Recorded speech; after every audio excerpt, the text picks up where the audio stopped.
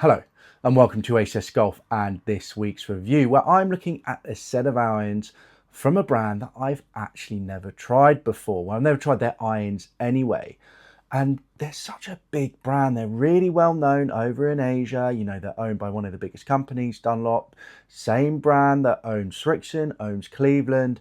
You know, they're very, very premium irons. However, over here in the UK, and probably in the US as well, I'd say, they don't do well on the second-hand market. So therefore, if you're looking for a brand new set of irons, you could potentially get yourself an absolute steal on the second-hand market for a club that's really worth about 3-4 times more brand new when they first came out. So if you have any idea, well, you obviously know what it is because you clicked on this video, but the brand I'm talking about is this, XXIO. So today I have the XXIO X Black forged irons from 2021, all the way down to 5 pitching wedge, testing the 6 and the 9 iron down at the range.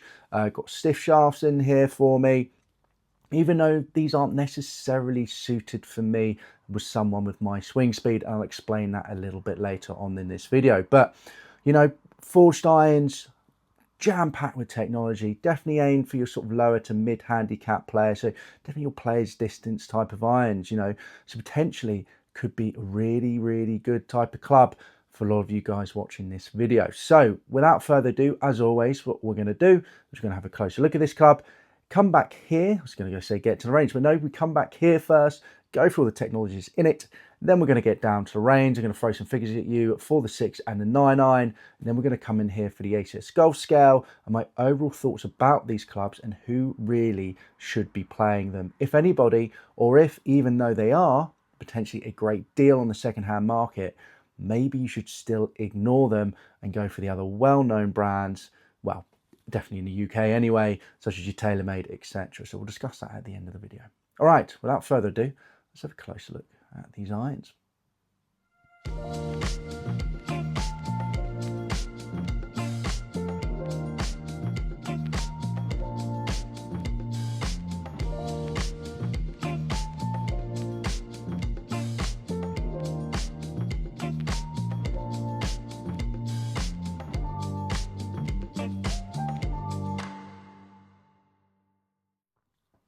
So there you go. And all right looking irons. I'm not a huge fan of the look, to be fair. I think the cavity's maybe a little bit big there. I mean, they're supposed to be for the better players, maybe a little bit bigger than your sort of normal sort of players distance irons as well. But in the end of the day, you know, not bad, not bad. Looking down on it, you know, thin top line, well, relatively thin top line. The shape of it's very nice in the front as well, but just, I don't know, for something supposed to be quite a premium brand, they don't necessarily scream premium to me. But hey, that's just me. Some of you guys watching this be like, oh, what are you on about? They look absolutely gorgeous. But yeah, there you go.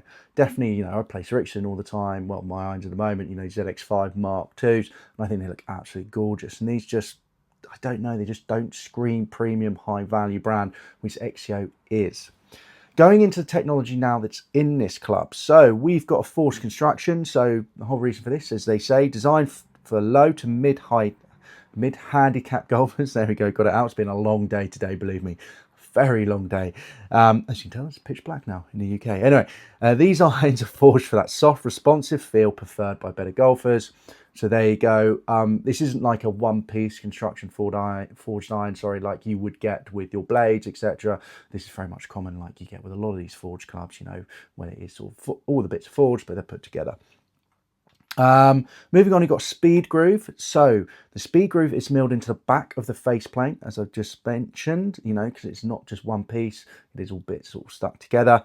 Flexing impact, adding more distance through higher rebound at impact.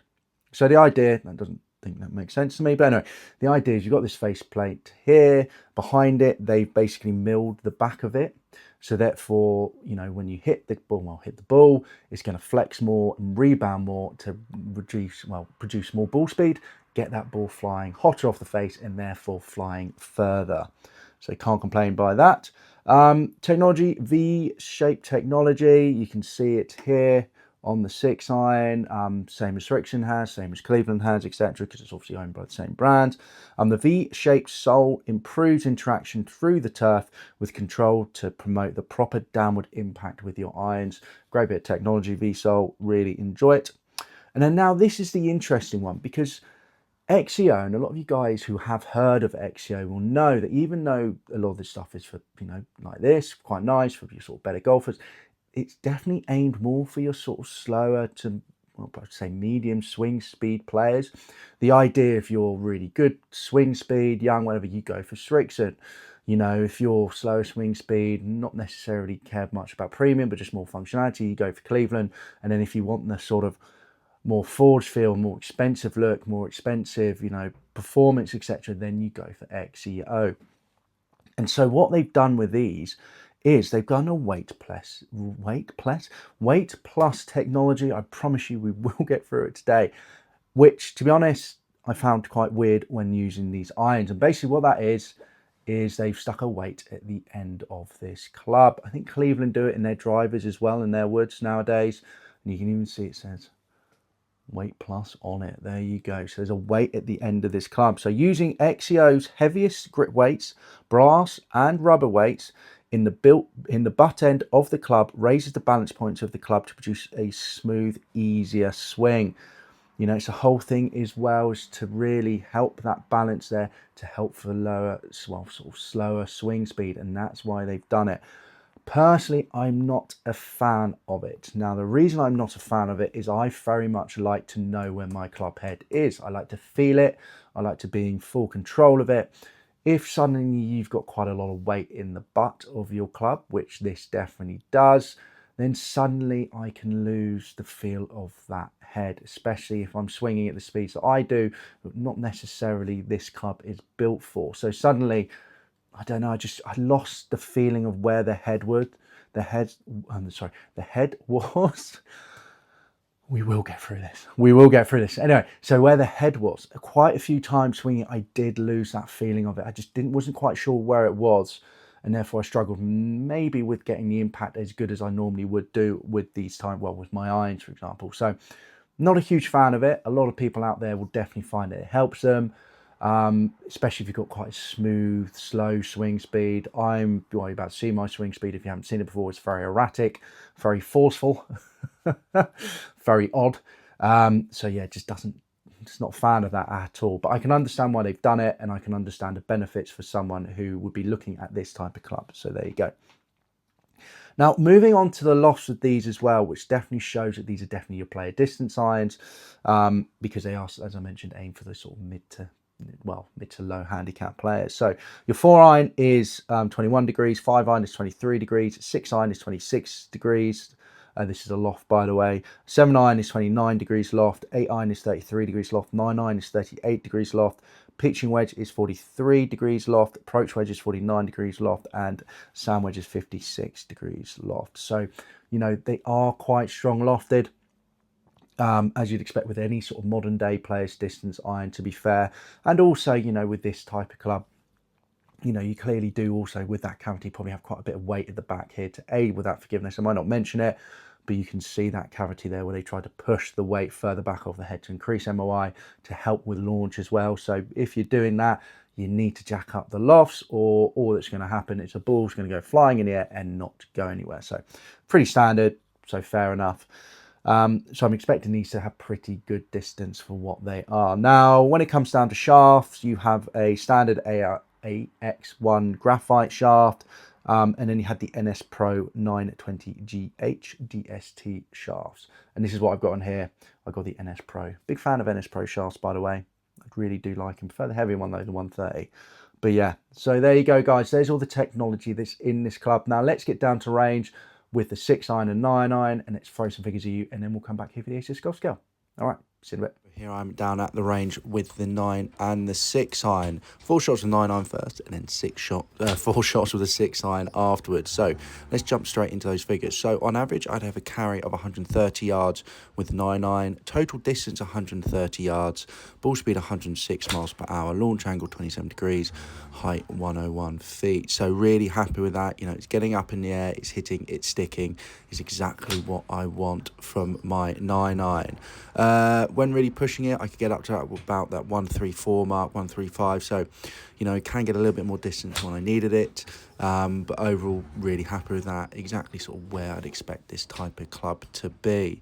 Now, moving on to the 6 iron numbers. So the 6 iron, I was getting an average distance of 165 yards carry, total distance of 172 yards, ball speed 120 miles per hour, launch angle 19 and height 80 feet.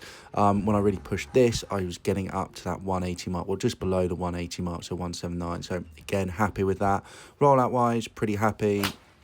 You know, I tend to hit my 6 irons out quite low, so I always have a little bit more rollout than some people would probably with these type of irons. But one thing I'd say about them, distance-wise, spot on for what I need them to be. However, you know, just the feel and the control with that weight in the back, I did struggle. And here's a table just for you, by the way. But feel-wise, great. Really easy to move around as well. So overall, some like really good irons in that sort of player's distance category. It's just that weight in the butt that really does affect it a little bit. So there you go, and not bad results at all. Exactly where I'd expected this type of iron to be. You know, that player's distance iron with those lofts as well. You know, 9 iron, 130 on average, carry 130 total distance, ball speed 106 miles per hour, launch angle 27, height 101 feet, maybe a little bit shy. Normally I want about 135, but there were a few that did get to that 134 mark when I really pushed it. And then the 6 iron, perfect, 165 yards. I will say as well, it is getting colder here in the UK. So, you know, if you're watching me hit in the summer, the ball's hotter, it's warmer, it's definitely going further. So, you know, I do take that into account when reviewing clubs in winter over here, under autumn and, you know, early spring, etc. And I always compare them to how far I'm hitting it on the day with my Strixon iron. So, which I know exactly what the ratings are and been using them all year.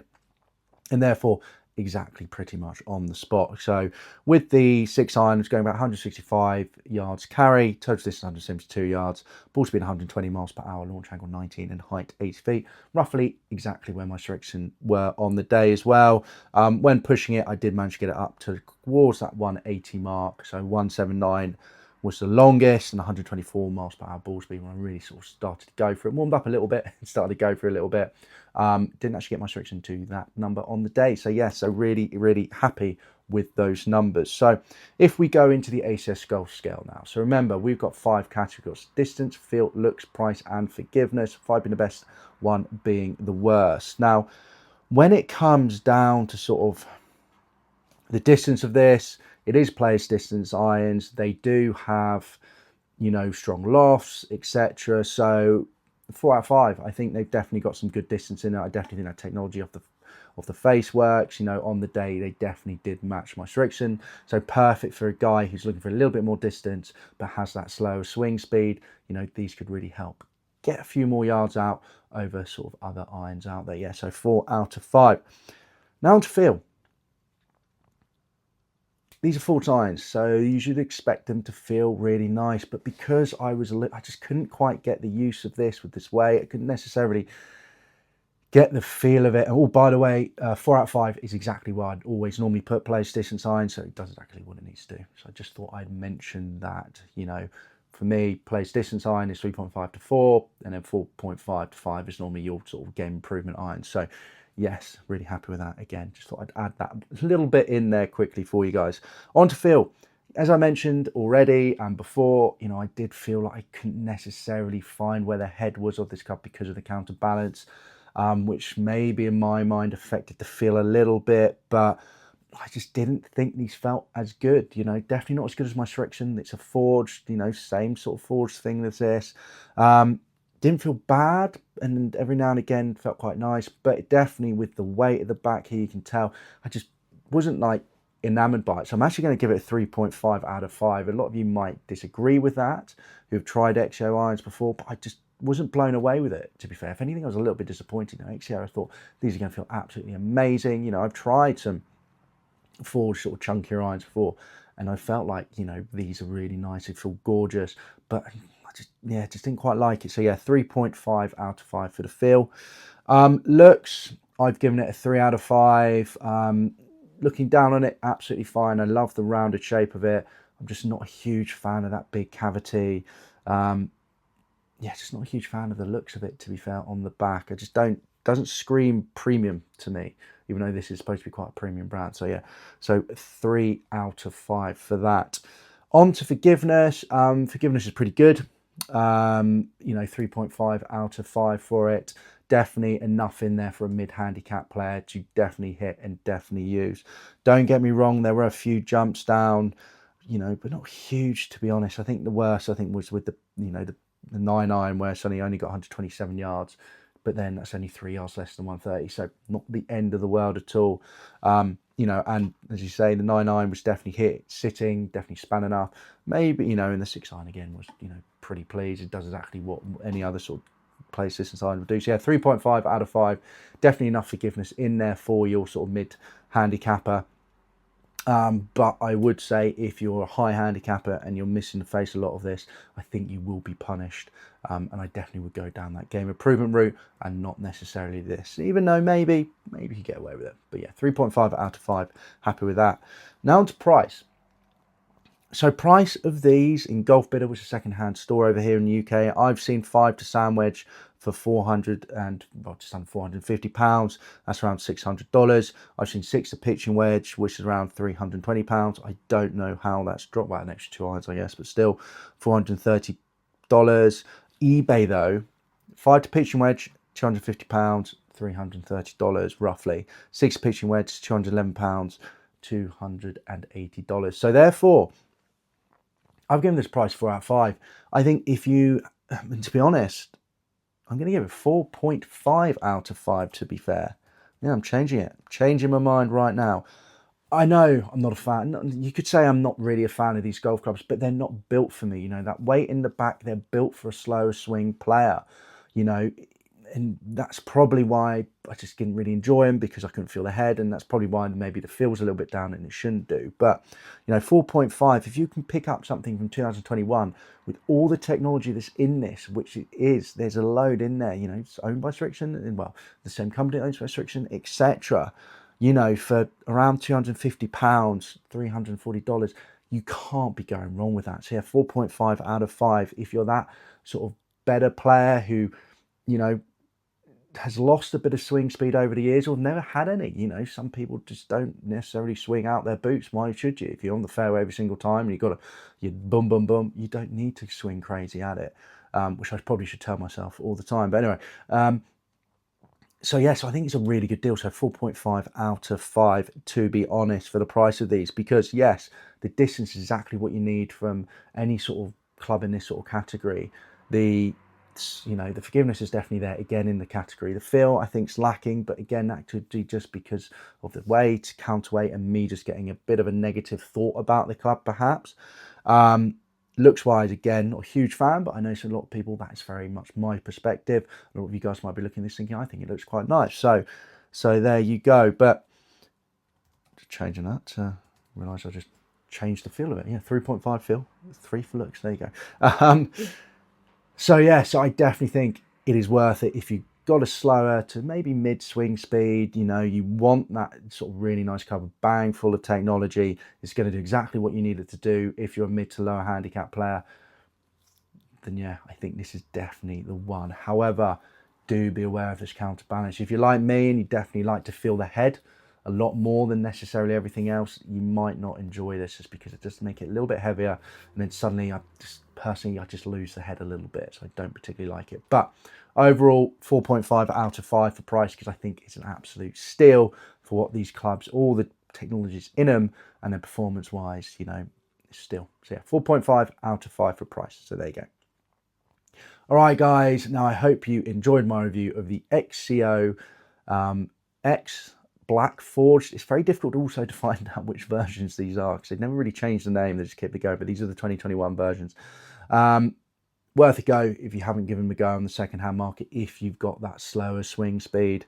If you've got a faster swing speed, even though you can get these in stiff, which I have found, I'll just maybe try something else. Even though it can save you a lot of money, try getting an old set of Strixons ZX5s. There you go. Boom. Feel lovely, look great, and do exactly what these do. All right, guys. Now, I hope you enjoyed this review. Do comment down below if you played XXIO before. If you have, what are your thoughts? Remember to give it a like, and also do remember to subscribe to the channel and hit that bell icon so you don't miss out on weekly ACS Golf reviews out every Sunday and a few bonus videos every now and again during the week as well. All right, guys. I'll see you soon for the next ACS Golf review. See you then. Bye-bye.